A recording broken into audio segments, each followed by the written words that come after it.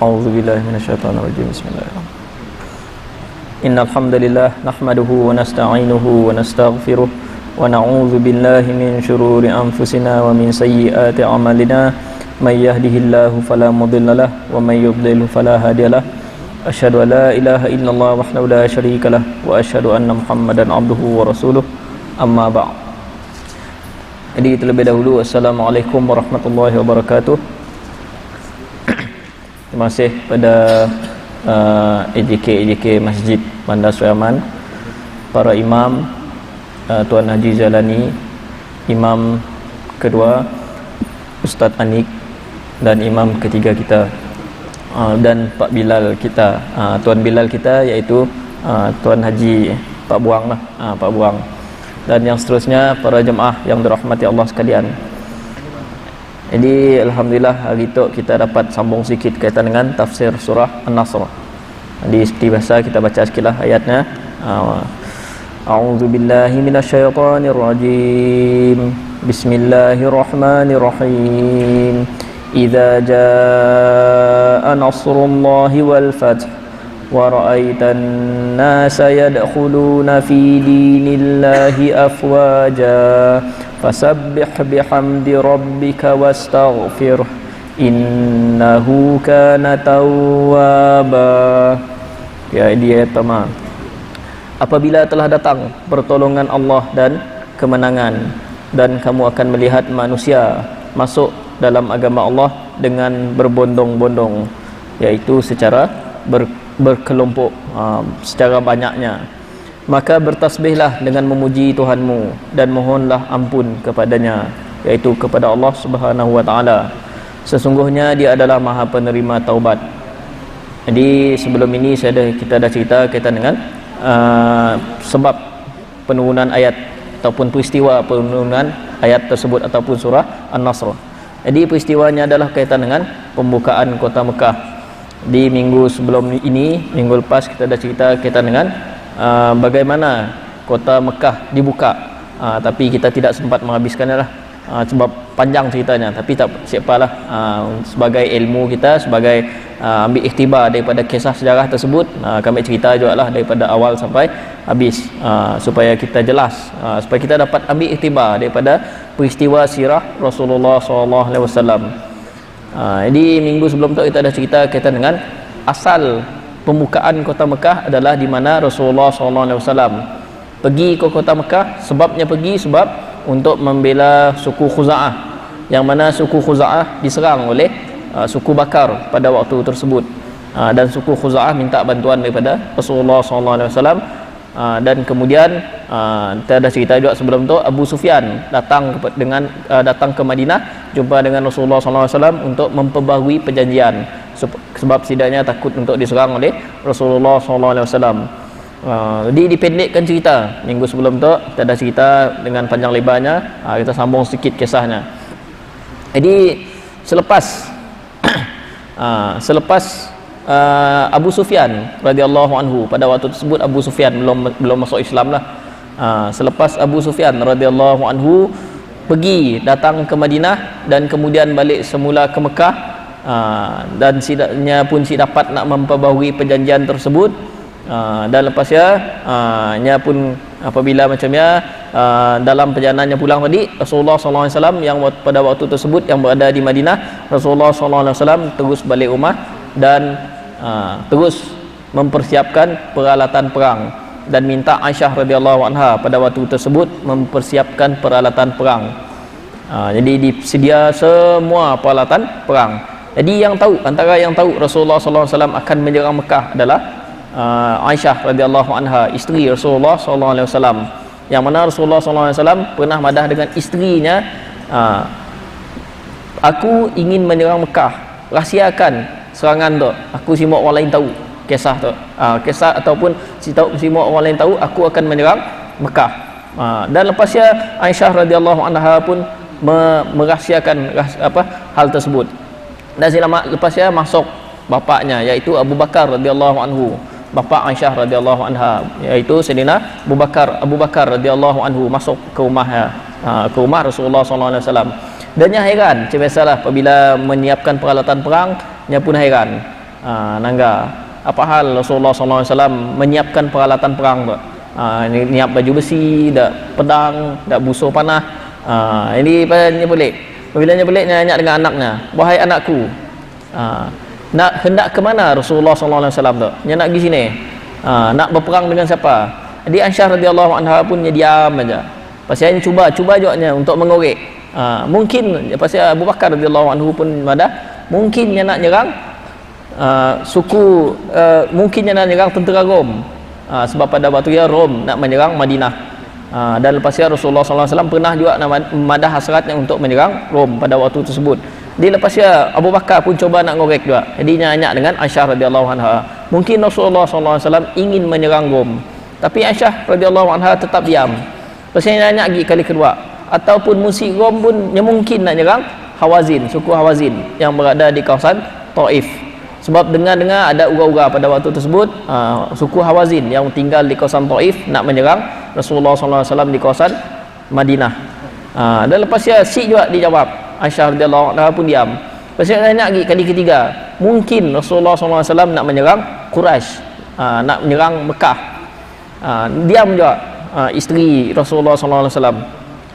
Ya pengajaran yang kita boleh tanggallah di sini, betapa isteri Rasulullah sallallahu alaihi wasallam sampai dengan bapaknya pun dirahsiakan. Sebab ya kita nangga kebaikan, antara kebaikannya lah salah satu kebaikan rumah tangga atau apabila di expose keluar, dikeluarkan semua masalah rumah tangga, biar settle ni dulu lah, dalaman dulu sebagus-bagus ya pengajaran kita boleh nangga masalah ke apa ataupun apa-apa berita. Sebab semakin tertutup sesebuah rumah tangga, semakinnya dapat disettle dalaman, semakin bagus sebenarnya. Sebab apabila datang orang ketiga, mungkin rumah tangga boleh berpecah sebenarnya. Dia pengajaran ajaklah daripada kisah tu tadi. Lepas ya Rasulullah sallallahu alaihi wasallam pun masuk ke rumahnya. Kita cerita panjang sikitlah secara detail lah. Fisik detail gila. Kita potong-potong jugalah. Lepas ya Rasulullah sallallahu alaihi wasallam masuk ke rumahnya. Apabila masuk Rasulullah sallallahu alaihi wasallam, Abu Bakar radhiyallahu anhu pun nanya soalan yang sama. "Wahai Rasulullah, hendak ke mana engkau wahai Rasulullah?" Jadi Rasulullah sallallahu alaihi wasallam pun diam je. Mula-mula diam. Lepas Abu Bakar sama juga taktiknya nak ngorek Asia. Dia pun nanya, "Wahai Rasulullah, mungkin nak kita nak nyerang Rom?" Dan lepas Rasulullah sallallahu alaihi wasallam diam je. Lepas dia jawab, kita nyerang Rom. Lepas dia nanya lagi, mungkin kita nak nyerang Hawazin. Mungkin kau nak menyerang Hawazin. Rasulullah sallallahu alaihi wasallam pun diam juga sekejap. Lepas dia jawab, kita nyerang Hawazin. Lepas dia Abu Bakar radhiyallahu anhu pun melanjutkan lagi, mungkin kita nak nyerang Quraisy. Rasulullah sallallahu alaihi wasallam pun jawab, ya. Lepas dia Abu Bakar radhiyallahu anhu pun heran, "Wahai Rasulullah, sesungguhnya kita tu dengan Quraisy ada perjanjian Hudaibiyah. 10 tahun si boleh perang." Apabila cerita tadi, Rasulullah sallallahu alaihi wasallam pun jawab dengan jawapan yang ringkas, "Wahai Abu Bakar, sesungguhnya Quraisy, orang Mekah telah mengkhianati perjanjian tu. Setidaknya telah menyerang suku Hawazin pada waktu tersebut, suku Hawazin, dan setidaknya telah melanggar perjanjian. Siapa-siapa pengkhianat kita harus beri hukuman dengan setidaknya." Dan lepas Abu Bakar radhiyallahu anhu pun jawab, nanya lagi, "Wahai Rasulullah, muncul ya, kami orang tu akan pergi juga kah?" Lepas Rasulullah sallallahu alaihi wasallam pun jawab, "Ya, wahai Abu Bakar, baliklah ke rumah, siapkan peralatan perang." Ya kaitan dengan kisah tadi lah, yang seperti mana yang diriwayatkan oleh Imam At-Tabarani rahimahullah. Dan lepas Abu Bakar radhiyallahu anhu pun pulang ke rumah, dan lepas Rasulullah sallallahu alaihi wasallam pun mengutus beberapa orang lah pada waktu tersebut untuk mula pengumuman di sekitar Madinah, minta bantuan dengan orang-orang Islam di sekitar Madinah. Sebab di Madinah pada waktu tersebut di sekitarnya dah banyak orang yang masuk Islam pada waktu tersebut. Antaranya adalah suku Aslam, suku Ghifar, suku Mazinah, suku Juhainah, suku Asja' dan suku Sulaim. Dan berjumlah pada waktu tersebut dalam masa sehari je Rasulullah SAW dapat mengumpul 7,500 orang. Berbeza dengan orang Quraisy tadi, orang kafir Quraisy, yang mana setidaknya mu nak berperang, pujuk rayu dulu apa semua, berbulan-bulan baru ada persiapan perang. Tapi Rasulullah SAW pada waktu tersebut apabila disebut jihad, kita nak keluar jihad lawan berlawan, Jadi terus terkumpul dalam masa sehari, dapat terus berkumpul dekat kawasan Madinah 7,500 orang tentera orang Islam sekeliling Madinah pada waktu tersebut. Yang kita nanggah sahabat radhiyallahu anhum tidaknya bersemangat pada waktu tersebut. Dan pada waktu tersebut juga Rasulullah SAW mengumpul dulu. Perkara pertamanya buat adalah mengumpul orang-orang yang ikut perang Badar, yaitu kaum Ansar dan Muhajirin dan Ansar pada waktu tersebut, yang rapat dengannya, yang rapat saja. Pasti Rasulullah SAW madah dengan orang yang rapat dengannya, sahabat yang rapat dengannya tadi. Jadi yang madah apa? Rasulullah SAW madah, aku nak nyerang Mekah, rahsiakan penyerangan tu, jangan ada siapa pun yang orang Mekah yang tahu, jangan sampaikan dengan orang Mekah bahawa aku akan menyerang Mekah pada waktu tersebut, cerita tadilah. Dan yang seterusnya, ada satu kisah yang terjadi, menarik juga lah, kisah kaitan dengan pengkhianatan Hatib bin Abi Balta'ah. Hatib bin Abi Balta'ah itu adalah salah seorang salah seorang tentera yang ikut dalam perang Badar. Dan itu keimanannya baguslah, cumanya pada waktu ia mengkhianat. Kenapa yang dikhianatnya? Pada waktu tersebut Hatib bin Abi Balta'ah pernah mengupah seorang hamba wanita. Dalam riwayat mengatakan bahawa wanita tua. Jadi menyerupah, yang nulis surat dengan orang Mekah pada waktu tersebut, dari Madinah yang nulis menyerupah seorang wanita tua. Menyerupah wanita tua tersebut pergi, menyuruh orang tua ya pergi ke Mekah, menghantar sikit surat. Dalam surat dia berisi bahawa madah berkaitan dengan Rasulullah SAW akan menyerang Mekah pada waktu tersebut. Dan lepas ya Rasulullah SAW pun, macam kita dapat dah sebelum tu lah, Rasulullah SAW tu sadunya dapat wahyu daripada Allah Subhanahu Wa Taala. Apabila sadu dapat wahyu, Rasulullah SAW peristiwa tadi diutus wahyu bahawa akan ada pengkhianatan. Hatib bin Abi Balta'ah tadi. Pasal Rasulullah SAW pun memerintah ketiga orang sahabatnya. Dalam riwayat mengatakan dua, ada yang mengatakan tiga. PCL kita ambil tiga lah. Yang pertama sekali Ali bin Abi Thalib radhiyallahu anhu, yang kedua Az-Zubair bin Al-Awwam radhiyallahu anhu, dan yang ketiga adalah Miqdad.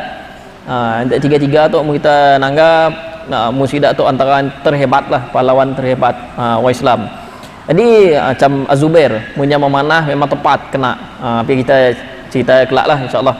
Cuma kita nak habiskan cerita kita dengan penaklukan kota Mekah.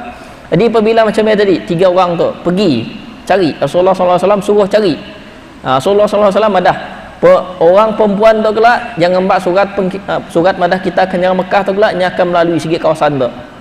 Dan lepas ya Sidat tiga pun tahu, okey ya, kami orang tahu wahai Rasulullah. Sidat tiga pun pergi ke tempat tersebut dan terjumpa, betul-betul jumpa perempuan tersebut. Perempuan tu tadi sebenarnya Muslim, yang pakai tudung apa semua. Jumpa perempuan tersebut di satu laluan. Bila jumpa perempuan di satu laluan tersebut, lepas ya Ali bin Abi Thalib radhiyallahu anhu nahan perempuannya dan yang madah apa, berikan aku surat yang ada di tanganmu. Sesungguhnya Rasulullah SAW telah diberi wahyu kaitan dengan hal tu. Perempuan yang mula-mula semua aku. Sebab apa? Sebabnya dah dibayar oleh Hatib bin Abi Balta'ah. Semua aku mula-mula. Bila selas Ali bin Abi Thalib dia buat apa? Ambil pedang, dihunusnya pedang dengan perempuan tersebut. Yang ada dengan perempuan dia, engkau semua beri, kami orang akan menggeledah, akan nyelongkar badan kau. Di perempuan dia pun rasa takut. Dia tahu Ali bin Abi Thalib radhiyallahu anhu seorang yang kuat. Dan dia apabila dia ada sesuatu dia akan berlah. Dan perempuan dia pun takut. Jadi perempuan dia ada apa? Okeylah, mencubanya alihkan pandangan. Jangan anggap aku. Sebab perempuan dia napok surat dia di celah-celah dekat dalam tudungnya, di belakang tudungnya, di tapoknya. Pasiannya pun buka surat tersebut dan dilemparnya depan Ali bin Abi Thalib radhiyallahu anhu. Pasal Ali bin Abi Thalib radhiyallahu anhu dengan dua orang lagi Miqdad dengan Az-Zubair bin Al-Awwam terus membak suratnya jumpa Rasulullah sallallahu alaihi wasallam. Surat dia pun diberi pada Rasulullah sallallahu alaihi wasallam. Dan apabila diberi pada Rasulullah sallallahu alaihi wasallam, Rasulullah sallallahu alaihi wasallam mengumpul balik sahabat-sahabat yang rapat benar dengannya tadi. Dan dia nanya, ada sekali Hatib bin Abi Balta'ah ada sekali dalamnya. Jadi pasal Rasulullah SAW ada dengan Hatib bin Abi Balta'ah radhiyallahu anhu, dia ada apa? Wahai Hatib, apa ini wahai Hatib? Jadi Hatib bin Abi Balta'ah pun jawab, jangan terburu menuduhku wahai Rasulullah. Dulu aku adalah seorang seorang anak angkat di kalangan Quraisy. Aku bukanlah apa-apa bagi mereka, sedangkan orang yang bersamamu dari kalangan Muhajirin ada yang memiliki kerabat yang dapat melindungi keluarga dan harta mereka.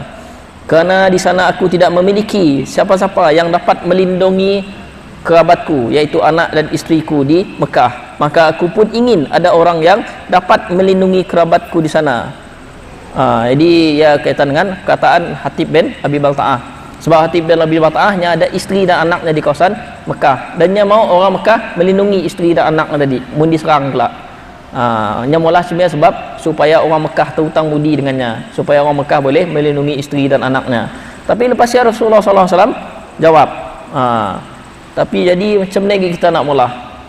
Mun orang Mekah tahu, orang Mekah akan mempersiapkan bala tenteranya nyerang melawan kita.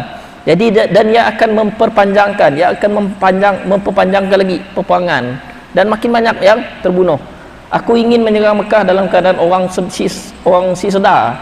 Aku datang sia dan aku akan masuk ke kawasan Mekah, dan setidaknya saya ada persediaan untuk menyerang balik. Dan lepas ya biasalah Umar radhiyallahu anhu yang berada di tepi ya, wahai Rasulullah, izinkan aku untuk memenggal leher orang munafik ini. Umar bin Khattab radhiyallahu anhu seperti yang kita ada pada, dia jenis orangnya tegas. Dan lepas ya Rasulullah sallallahu alaihi wasallam sabda, sesungguhnya dia pernah mengikuti perang Badar. Lalu bagaimana engkau dapat mengetahui hal tersebut? Boleh jadi Allah sudah mengetahui isi hati orang yang pernah mengikuti perang Badar lalu berkata, sebab orang yang pernah ikut perang Badar, Allah SWT pernah madah, berbuatlah sesuka hati kalian, Allah telah mengampuni dosa-dosa kalian. Ya dalam ayat dalam Al-Quran. Pasal Allah SWT pun menurunkan sebuah ayat yang berbunyi, ya ayyuhallazina amanu la tattakhidhu uduwi wa uduwakum awliya tulquna ilaihim bil mawaddah wa qad kafaru bima ja'akum minal haqq yukhrijuna ar-rasula wa iyyakum an tu'minu billahi rabbikum in kuntum kharajtum bil jihadan fi sabili wabtigha'a mardati tusirruna ilaihim bil mawaddah wa ana a'lamu bima akhfaytum wa ma a'lantum wa man yaf'alhu minkum faqad dhalla sawa'as sabil, yang bermaksud, wahai orang-orang beriman, janganlah kamu mengambil musuhku dan musuhmu menjadi teman-teman setia yang kamu sampaikan kepada mereka berita-berita tentang Muhammad kerana kasih sayang, kerana rasa kasih sayang, padahal sesungguhnya mereka telah ingkar dengan kebenaran yang datang kepadamu. Mereka mengusir Rasul dan mengusir kamu kerana kamu beriman kepada Allah, yaitu Tuhanmu. Jika benar-benar kamu keluar untuk berjihad pada jalanku dan mencari keredaanku, janganlah kamu berbuat demikian. Kamu memberitahukan secara rahsia berita-berita Muhammad kepada mereka kerana kasih sayang. Aku lebih mengetahui apa yang kamu sembunyikan dan apa yang kamu nyatakan. Dan barang siapa di antara kamu yang melakukannya, maka sesungguhnya dia telah tersesat daripada jalan yang lurus. Surah Al-Mumtahanah ayat pertama. Dia tadi ayat tadi turun sebab pengkhianatan Hatib bin Abi Balta'ah. Ini pengajaran, ada beberapa pengajaran juga lah kita ambil, boleh dapat ambil di sini lah.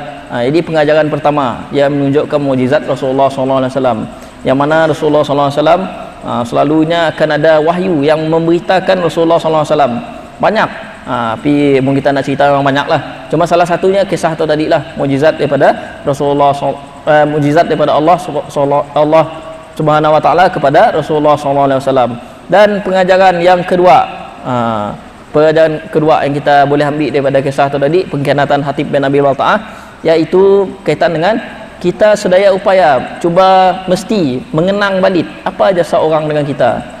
Jadi kes Hatib bin Abi Balta'ah tu tadi, ini adalah salah seorang pahlawan Badar, orang yang pernah ikut perang Badar bersama Rasulullah SAW. Jadi oleh kerana ya, jangan kerana jalan kita wadah, jangan kerana satu kesalahan orang habis semua kebaikan yang diperoleh oleh orang tersebut. Jadi kes pengkhianatan tu tadi, Hatib bin Abi Balta'ah tu tadi radhiyallahu anhu salah seorang sahabat yang mulia, tapi masalahnya yang mengkhianati Rasulullah SAW kes tadi. Cumanya bezanya nya munnya nak kena hukuman, kes tu tadi belum sampai lagi surat dia kepada orang Mekah. temunya sampai lain lagi hukumannya. Tapi oleh karenanya belum sampai, mungkin Allah nak menyelamatkanlah, menyelamat Hatib bin Abi Balta'ah tersebut. Dan ya kisah kaitan dengan pengkhianatan Hatib bin Abi Balta'ah. Dan yang seterusnya, pada waktu ya juga sambung pada kisah tadi lah, kisah Hatib bin Abi Balta'ah panjang kita cerita nak. Jadi seterusnya pada hari ya juga di kawasan Madinah, Rasulullah SAW suruh tutup semua pintu Madinah. Si boleh ada orang Madinah yang keluar, si boleh juga ada orang luar yang masuk ke dalam kota Madinah. Sebab apa? Sebab zaman dulu saya ada WhatsApp, saya ada YouTube ke apa, saya ada apa-apa lah yang boleh nyampai berita dengan orang lain. Zaman dulu mun mau tahu berita, nya kena datang sia, nya dengar berita, nya ngembak balik berita ya.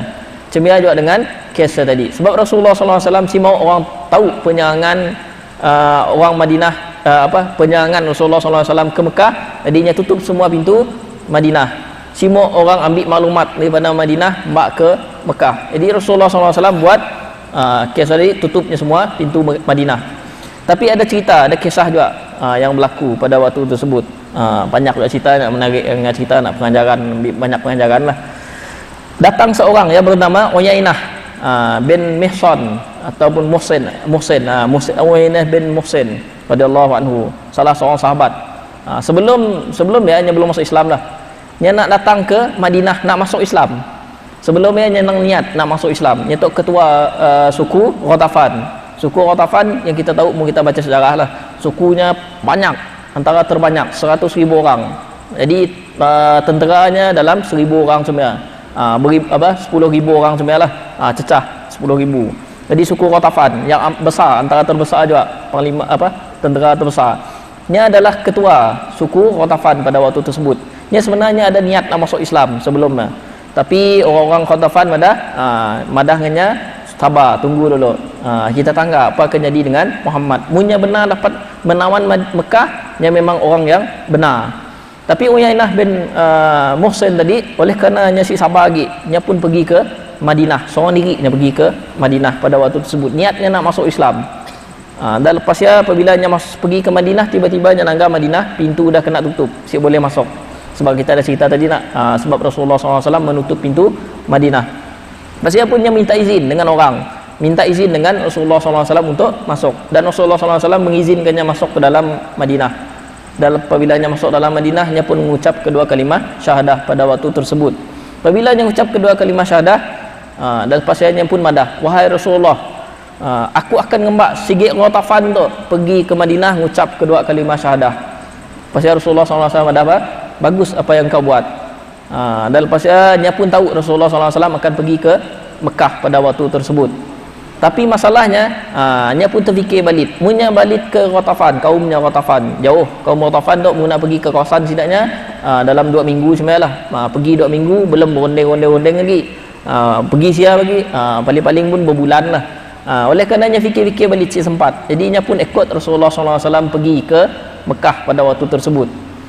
Dalam perjalanan, pasti Rasulullah SAW pun bertolak ke Mekah. Tapi sebelumnya bertolak Mekah, ada lagi beberapa kaum yang masuk Islam pada waktu tersebut.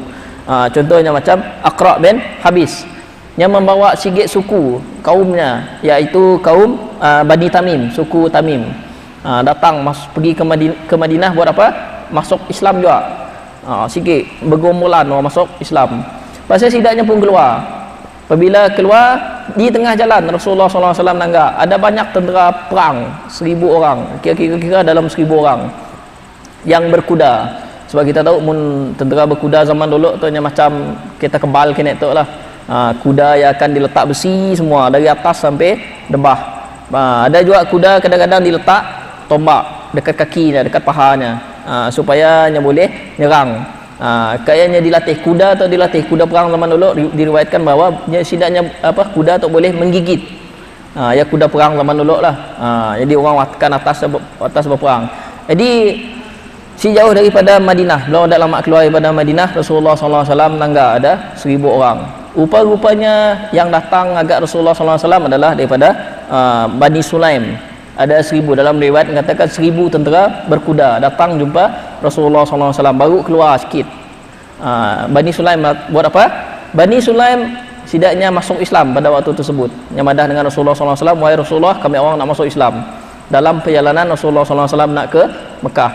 Apabila sidaknya masuk Islam, Rasulullah SAW pun menerima syahadah sidaknya, dan sidaknya pun masuk Islam 1000 orang. Dan sidaknya pun bersama dengan Rasulullah SAW pergi ke Mekah pada waktu tersebut untuk menawan kota Mekah. Jadi semua sekali waktu ya berjumlah ada banyak beberapa suku lagi yang dalam perjalanan jumpa Rasulullah SAW masuk ke dalam agama Islam. Supaya ayat turun kaitan dengan orang masuk Islam secara berbondong-bondong. Banyak yang masuk Islam pada waktu tersebut. Jadi dalam perjalanan banyak. Jadi dikira-kira dalam ada riwayat mengatakan bahawa cecah 10,000. Sebab tadi kita ada cerita 7,500 sekitar Madinah saja. Keluar lagi on the way nak ke Mekah, dah terkumpul pada waktu tersebut berjumlah semua sekali 10,000. Dan ada satu kisah juga yang menarik pada waktu tersebut. Muyainah bin Muhsin pada waktu tersebut nya rasa cemburu nangga Bani Sulaim tu tadi ngembak sukunya dapat berjihad dengan Rasulullah SAW. Sebab Uyainah tu sebenarnya target utamanya nak dapat harta rampasan. Apabila sebenarnya rasa cemburunya mau juga sukunya tadi, suku Ghatafan tadi dapat harta ghanimah, harta rampasan perang. Apabila rasa cemburunya pun madah dengan Rasulullah SAW. Nya madah dengan Bani Sulaim. Bani Sulaim pada waktu ya baru masuk Islam lah. Jadi nya madah apa? Bani Sulaim sidaknya tu bukan ahli perang, sidaknya tu si pandai perang. Pasal biasalah masuk Islam, baru masuk Islam mualaf lah. Apabila macamnya suku Sulaim, ketua Bani Sulaim tadi nya menyuruh panglima perang yang ngadap Uyainah, semua tentera perang yang ngadap Uyainah. Pasalnya pun sidaknya pun ngadap Uyainah, dan lepasnya ketua Bani Sulaim tu tadi madah apa? Wahai Uyainah, jika engkau mahu kini tu aku boleh mengarahkan tentera di belakang aku pergi ke ngagak kaum kau Ghatafan nyerang kita orang. Waktu ia hampir-hampir nak sidaknya nak pergi betul-betul ke Ghatafan nak berperang. Tapi oleh kerana ia ditenangkan oleh Rasulullah SAW. Jadi pengajaran ada juga pengajaran daripada sia. Kita boleh nanggah hasad sia. Cemburu hati. Jadi kita kadang-kadang kita nanggah benda ialah biasalah mun kes tadi lain ceritalah, kes tadi baru masuk Islam. Kita biasa kehidupan seharian kadang-kadang kita nanggah ada nikmat yang bagus kena dengan orang, kita mau jual ada.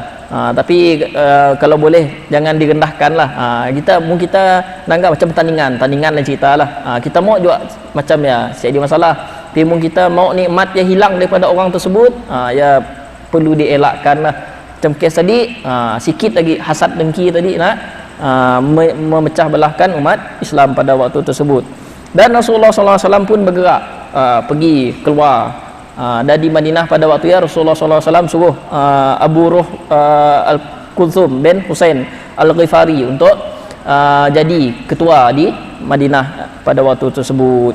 Dan selepasnya Rasulullah SAW pun sampai di Marri' Zuhran, satu tempat di kawasan Mekah, dekat-dekat dengan kawasan Mekah.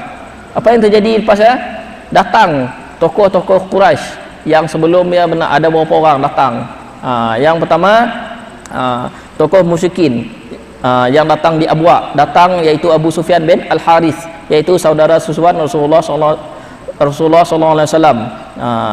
Dan seterusnya Abdullah bin Abi Umayyah bin Al-Mughirah masuk Islam. Dua orang tu tadi datang jumpa Rasulullah SAW di Abwa.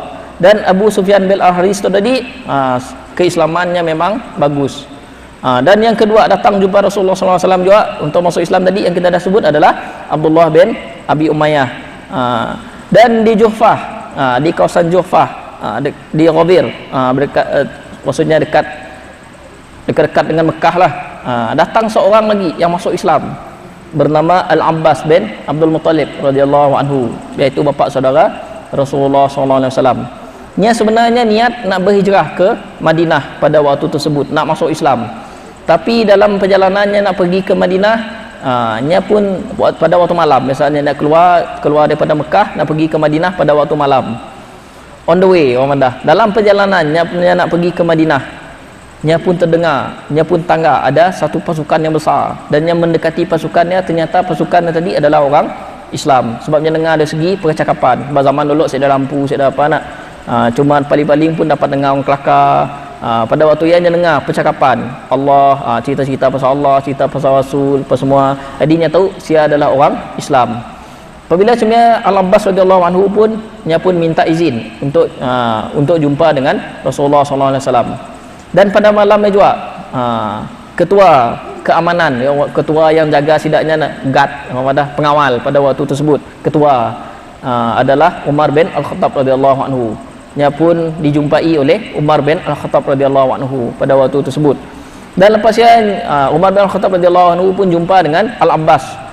Dan Al-Abbas pun madah sama, benda sama aja lah, nyana madah, nyana masuk Islam. Dan Umar bin Al-Khattab radhiyallahu anhu pun kenal dengan Al-Abbas, sebab Al-Abbas tu si pernah berbulak, si pernah seorang yang jujur, Masya Allah, seorang yang jujur lah. Pasal Umar bin Al-Khattab radhiyallahu anhu pun memperkenankan ataupun ngembaknya berjumpa dengan Rasulullah sallallahu alaihi wasallam. Dan depan Rasulullah sallallahu alaihi wasallam, Al-Abbas bin Abdul Muttalib, bapa saudara Rasulullah sallallahu alaihi wasallam, masuk Islam pada waktu tersebut. Dan ya kita nangga bagaimana bapa saudara Rasulullah sallallahu alaihi wasallam tu ada macam-macam model.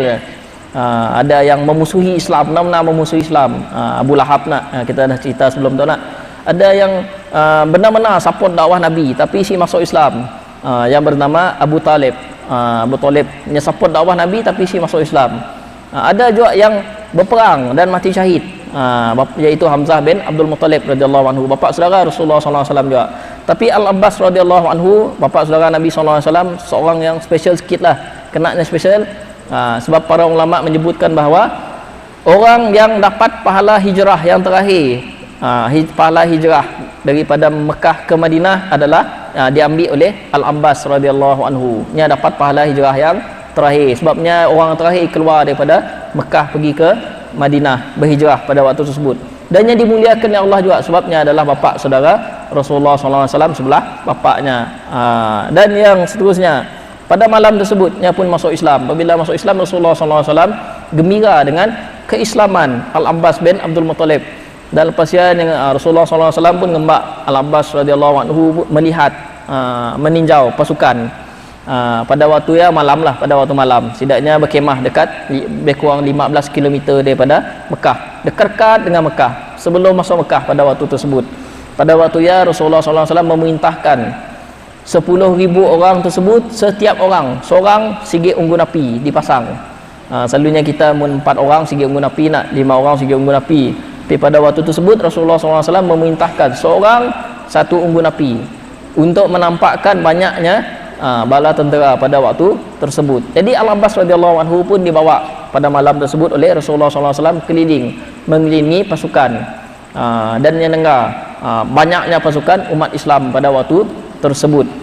Sampai Al-Abbas pun nanya, wahai Rasulullah, siapa yang nampak mata aja nampak, pakai baju besi mata aja nampak. Jadi Rasulullah SAW ada, wahai ayah saudaraku Al-Abbas, engkau si kenal kan dengan sidak tu? Jadi Al-Abbas pada, aku memang si kenal, sebab sidaknya si nampak muka. Jadi Rasulullah SAW pun pada, engkau kenal dengan semua sidak tu. Sidaknya tu adalah orang Mekah, orang Muhajirin, orang pernah berhijrah daripada Mekah ke Madinah pada zaman waktu dan lepas Al-Abbas radhiyallahu anhu pun madah dengan Rasulullah sallallahu alaihi wasallam. Habis sidaknya musim yang madah dengan Rasulullah sallallahu alaihi wasallam, wahai Rasulullah sallallahu alaihi wasallam, izinkan aku untuk masuk ke Mekah. Aku nak ngembak Abu Sufyan, izinkan aku untuk masuk ke Mekah. Waktu yang madah semajak lah. Tapi wahai Rasulullah, aku ada satu lagi permintaan. Rasulullah sallallahu alaihi wasallam ada apa permintaan? Pasal Rasulullah sallallahu alaihi wasallam ada Al-Abbas radhiyallahu anhu pun ada permintaannya adalah, aku minjam unta engkau wahai Rasulullah. Jadi pada waktu Al-Abbas radhiyallahu anhu pun ngembak unta Rasulullah sallallahu alaihi wasallam masuk ke kawasan Mekah pada waktu tersebut. Tapi Al-Abbas radhiyallahu anhu sedang madah tujuannya, pahalnya nak masuk ke kawasan Mekah pada waktu tersebut. Sebenarnya niatnya adalah untuk ngembak Abu Sufyan radhiyallahu anhu pada waktu belum masuk Islam lah. Abu Sufyan nya ketua di kawasan Mekah. Niat Al-Abbas adalah untuk ngembak Abu Sufyan pergi sia untuk menyuruhnya masuk Islam, ngajaknya masuk Islam pada waktu tersebut. Dalam perjalanannya pun pergi ke Mekah pada waktu malam, sebab si jauh nak 15 km pasukan berkemah. Dalam perjalanan pada waktu nya pun terjumpa dengan Abu Sufyan. Tapi sebelumnya kita ceritalah Abu Sufyan, kisah Abu Sufyan malamnya. Ada kisah juga Abu Sufyan radhiyallahu anhu 10 minit lagi ya, alang-alang. Okey ya. Abu Sufyan radhiyallahu anhu pada waktu tersebut, pada malam, orang Quraisy pasal pelik. Kita tu saya dah dengar berita, tidaknya berkumpul orang Quraisy kumpul malam lah. Malam orang Islam yang dah berada di tepi Mekah. Orang Quraisy pelik. Kita tu saya dah dengar berita langsung daripada Madinah. Sebab apa? Sebab pintu Madinah tu dah ditutup. Tutup habis. Saya dengar berita. Jadi lepas tu orang Quraisy pun berbincang. Jadi pada apa? Wahai Abu Sufyan, esok engkau pergi ke Madinah lagi, bincang dengan Muhammad. Bahawa orang Quraisy mengunggah Rasulullah SAW dengan gelaran Muhammad. Esok pergi Madinah lagi, bincang dengan Muhammad pasal memperbaharui perjanjian. Jika engkau, wahai Abu Sufyan, mun engkau esok menanggar sekelilingnya sikit je bala tentera, padahal kami orang nyerang Madinah. Tapi mun engkau nanggar banyak gila pasukan tentera, padahal kami orang akan menyerahkan Madinah menyerahkan Mekah macam aja. Pasal Abu Sufyan radhiyallahu anhu pada waktu ia pun nyebut apa? Nya pun setuju. Okey, esok aku pergi ke Madinah. Tapi malam tu aku nak pusing-pusing dulu, nanggar kawasan Mekah tu. Dan lepas ya Abu Sufyan pun jalan pusing kawasan Mekah. Tiba-tiba nanggar unggun api yang banyak di kawasannya tadi kita dah cerita, perkemahan orang Islam, tentera Islam pada waktu tersebut banyak. Tengah-tengahnya nangga tadi tiba-tiba ada seseorang datang. Tidaknya saya dah janjilah, tapi seorang datang. Seorang tu pun si sedar juga Abu Sufyan ada sia. Masa terjumpa di tengah jalan yang bernama Hudail bin Waraqah. Hudail bin Waraqah kita dah cerita sebelum tu, ni adalah seorang ketua suku Khuza'ah.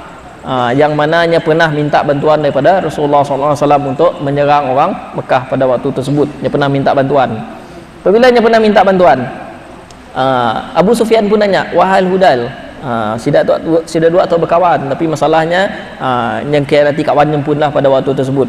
Jadi nanya, Abu Sufyan nanya dengan Hudail, wahai Hudail, siapa sida tu yang banyak gila tu? Banyak gila tu? 10,000 banyak. Pasal Hudail bin Waraqah pun madah, mungkin dia adalah suku aku, suku Khuza'ah.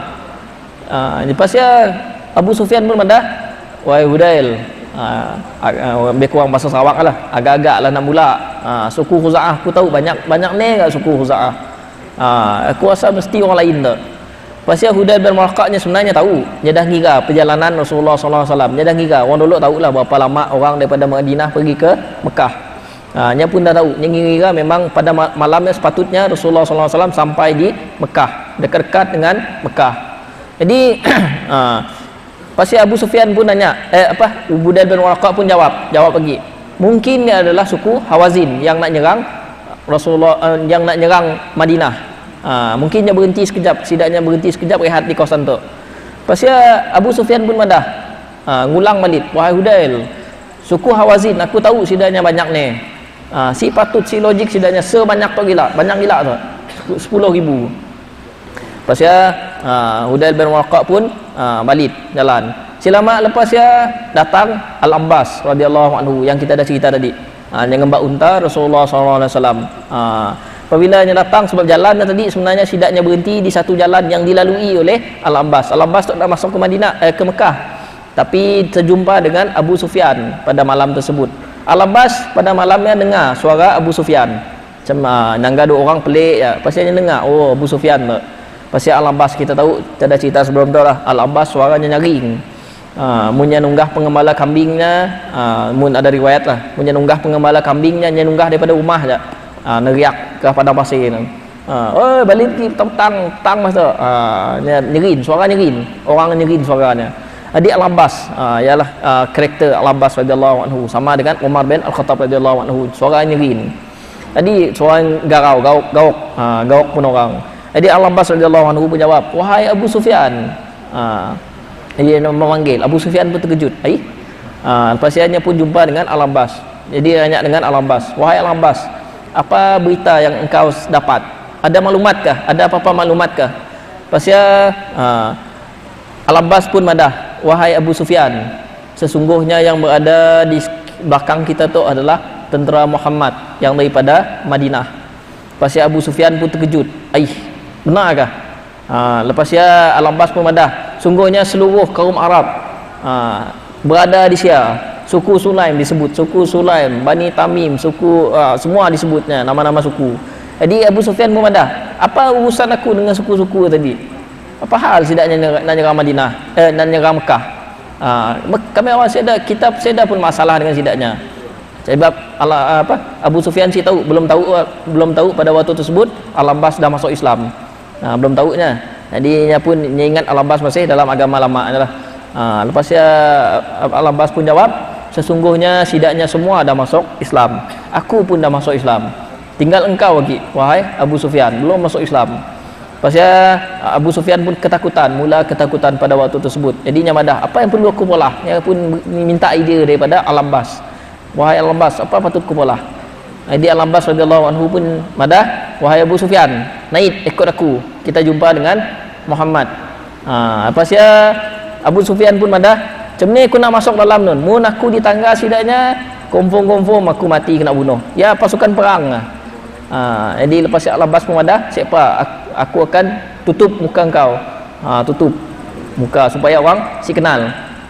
Jadi sidak dua pun naik unta Rasulullah SAW pergi ke kemah Rasulullah SAW. Tapi dalam perjalanan, macam kita wadah lah, malamnya ketua yang jaga, ketua bodyguard lah, ketua yang jaga pasukan tentera adalah Umar bin Al-Khattab radhiyallahu anhu. Umar bin Al-Khattab tu waktu pelik mula nyelanggar Al-Abbas masuk pelik. Tadi seorang, tok balik ada dua orang. Nya pun ikut je. Waktu nya maki keldai. Umar bin Al-Khattab radhiyallahu anhu waktu nya maki keldai. Abu Sufyan dengan Al-Abbas maki unta Rasulullah sallallahu alaihi wasallam. Pas nya maki pawilanya maki keldai tadi nya cuba berjalan di tepi unta. Tepi unta Al-Abbas tadi yang dimbak oleh Al-Abbas. Nya pun nanggak siapa orang tu. Pas dia tekak-tekaknya, pas dia nyamadah apa? Abu Sufyan. Nyamadah Abu Sufyan pada hal tu. Alhamdulillah, syukur pada Allah yang telah menghantar engkau ke situ. Malam tu adalah ajalmu. Jadi lepas Al-Abbas pun madah apa? Al-Abbas madah, wahai Umar, nyatuk berada di bawah perlindunganku. Aku nak ngembaknya jumpa Rasulullah sallallahu alaihi wasallam. Jadi Umar madah apa? Umar madah, seda perlindungan untuk orang macam tu. Orang tu harus dibunuh. Dan lepas sidaknya pun berlomba pergi jumpa Rasulullah sallallahu alaihi wasallam. Jadi apa yang terjadi seterusnya, insyaallah jam pun dah pukul 8 nak, dah waktu nak. InsyaAllah minggu depan ni lagi cerita panjang, cerita banyak pengajaran daripada kisah tersebut. Rindu juga dengan cerita sejarah sirah daripada sirah kita dengan Rasulullah SAW dengan sahabatnya. Jadi insyaAllah minggu depan kita sambung lagi lah kisah menarik. InsyaAllah habiskan lah, dapat kita habiskan. Ambil cerita panjang sikit ke apa, pakai ambil pengajaran sebenarnya daripada kisah pembukaan. Banyak pengajaran yang kita boleh dapat daripada kisah pembukaan kota Mekah. Jadi insyaAllah kita sambung minggu depan. Minta maaf banyak-banyak kalau ada terkasar bahasa, tersalah kata, minta maaf banyak-banyak. Terima kasih banyak-banyak kerana sudi mendengar. Bagi siapa yang sempat dengar ceramah tu sampai habis, boleh buka YouTube, buka channel Lorong Dakwah, boleh tekan subscribe boleh tekan like juga lah. Jadi ajak daripada kami, insyaAllah jumpa lagi minggu di lain hari.